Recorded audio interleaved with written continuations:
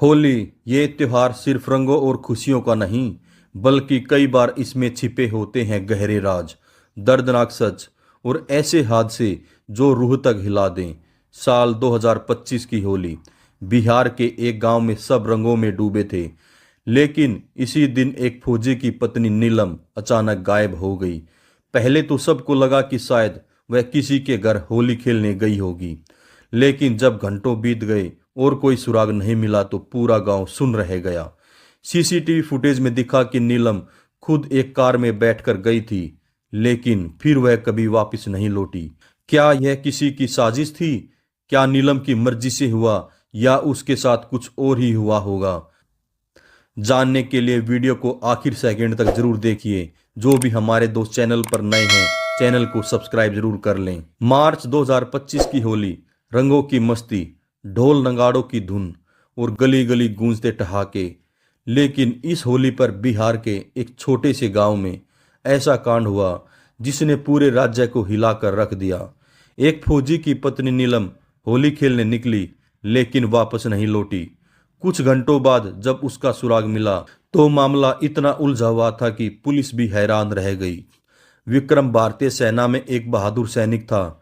उसकी पोस्टिंग कश्मीर में थी, लेकिन इस बार उसे 6 महीने की छुट्टी पर घर भेजा गया था। उसकी पत्नी नीलम एक साधारण लेकिन खूबसूरत और तेज दिमाग वाली औरत थी, जो गांव में अपने परिवार के साथ रहती थी। होली का दिन आया। गांव में रंगों का माहौल था। नीलम ने गुलाबी रंग की साड़ी पहनी हुई थी। उसके चेहरे पर खुशी थी, लेकिन शायद किस्मत कुछ और ही लिख चुकी थी। नीलम अपनी सहेलियों के साथ होली खेलने निकली, लेकिन दोपहर होते होते अचानक वह गायब हो गई। उसका फोन स्विच ऑफ था। गांव वालों ने उसे आखिरी बार गली नंबर 4 के मोड़ पर देखा था। एक सीसीटीवी कैमरे में देखा वह किसी से बात कर रही थी फोन पर, और फिर वह एक काले रंग की कार में बैठ गई। गांव वालों में चर्चा शुरू हो गई। कहीं नीलम का किसी के साथ अफेयर तो नहीं था? किसने उसे कार में बिठाया? फौजी साहब को खबर मिली तो कांड हो जाएगा। शाम होते ही विक्रम को खबर मिली। वह गुस्से में आग बबूला हो गया। पुलिस में रिपोर्ट दर्ज कराई गई। पुलिस ने गांव के सीसीटीवी फुटेज चेक किए और फिर जो सामने आया उसने सबको हैरान कर दिया। नीलम खुद अपनी मर्जी से कार में बैठी थी। कार किसी और की नहीं बल्कि रवि नाम के एक आदमी की थी, जो पहले नीलम के साथ पढ़ चुका था। वह कार गांव से 30 किलोमीटर दूर एक सुनसान इलाके में जाती दिखी, लेकिन फिर वापस नहीं आई। लेकिन जब पुलिस रवि के पास पहुंची तो उसने कहा, नीलम ने खुद मुझे कॉल किया था। उसने मुझसे मदद मांगी थी।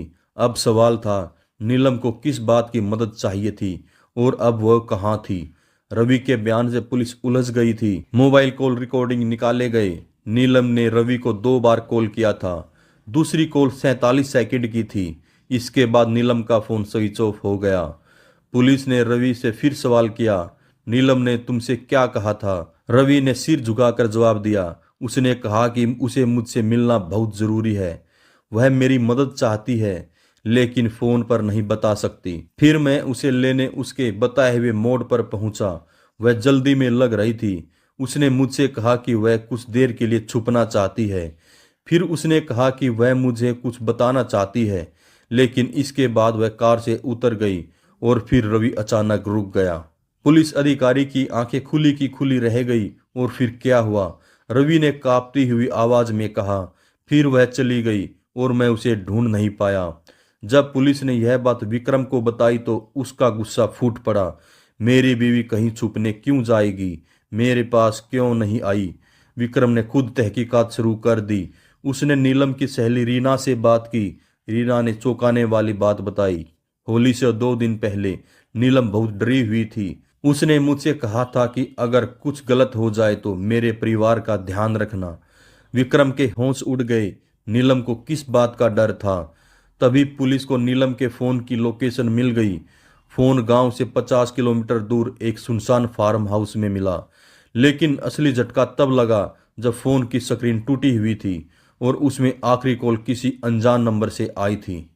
अब सवाल यह था, नीलम कहाँ थी? उसने रवि से मदद क्यों मांगी थी? वह किससे डर रही थी? पुलिस टीम और विक्रम फार्म हाउस की तरफ भागे। यह फार्म हाउस 3 साल से बंद पड़ा था, लेकिन अंदर जाने पर जो मिला उसने सबको हिलाकर रख दिया। फर्श पर खून के छींटे थे, एक औरत की चूड़ियां टूटी पड़ी थी, नीलम का दुपट्टा जमीन पर गिरा था। विक्रम का दिल जोर से धड़कने लगा। नीलम यहाँ आई थी, लेकिन अब वो कहाँ है? पुलिस ने उस अनजान नंबर को ट्रैक किया। यह नंबर फर्जी दस्तावेजों पर लिया गया था, लेकिन जब कॉल डिटेल्स निकाली गई तो एक नया नाम सामने आया, अमित सिंह। कौन था अमित सिंह? अमित इसी गांव का रहने वाला था, लेकिन पिछले 6 सालों से गायब था। उसके खिलाफ पहले से अपहरण और लूटपाट के मामले दर्ज थे, लेकिन अब वह अचानक नीलम के केस से जुड़ गया था। विक्रम का गुस्सा फूट पड़ा। उसने दहाड़ते हुए कहा, अगर मेरी बीवी को कुछ हुआ तो मैं इस गांव को हिला दूंगा। पुलिस ने फार्म हाउस की छानबीन शुरू कर दी। तभी एक जमीन पर पड़ा हुआ लकड़ी का दरवाजा दिखा। जब उसे खोला गया तो अंदर एक गुप्त तहखाना था। अंधेरे में किसी की धीमी आवाज सुनाई दी, बचाओ बचाओ। विक्रम नीचे कूदा। नीलम जमीन पर पड़ी थी, बेहोश, घायल और डरी हुई थी। जब नीलम को होश आया तो उसने जो कहा वह सबको चौंका देने वाला था। अमित सिंह, उसने मुझे किडनैप किया। उसने कहा कि अमित को 6 साल पहले विक्रम ने ही गिरफ्तार करवाया था। अब वह बदला लेना चाहता था, इसलिए उसने नीलम को निशाना बनाया।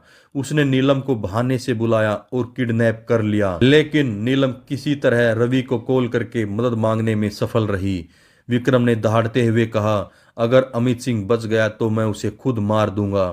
पुलिस ने अमित सिंह को ट्रैक कर लिया और एनकाउंटर में मार गिराया। नीलम बच गई थी, लेकिन इस होली पर उसकी जिंदगी हमेशा के लिए बदल गई। इस बार होली में सिर्फ रंग नहीं बल्कि खून भी बहा था, लेकिन फौजी की पत्नी आखिरकार बच गई। दोस्तों, अगर आप सभी को हमारी वीडियो पसंद आए तो हमारे चैनल को सब्सक्राइब जरूर करें, वीडियो को शेयर करें और लाइक करें। नमस्कार, धन्यवाद, जय हिंद, जय भारत।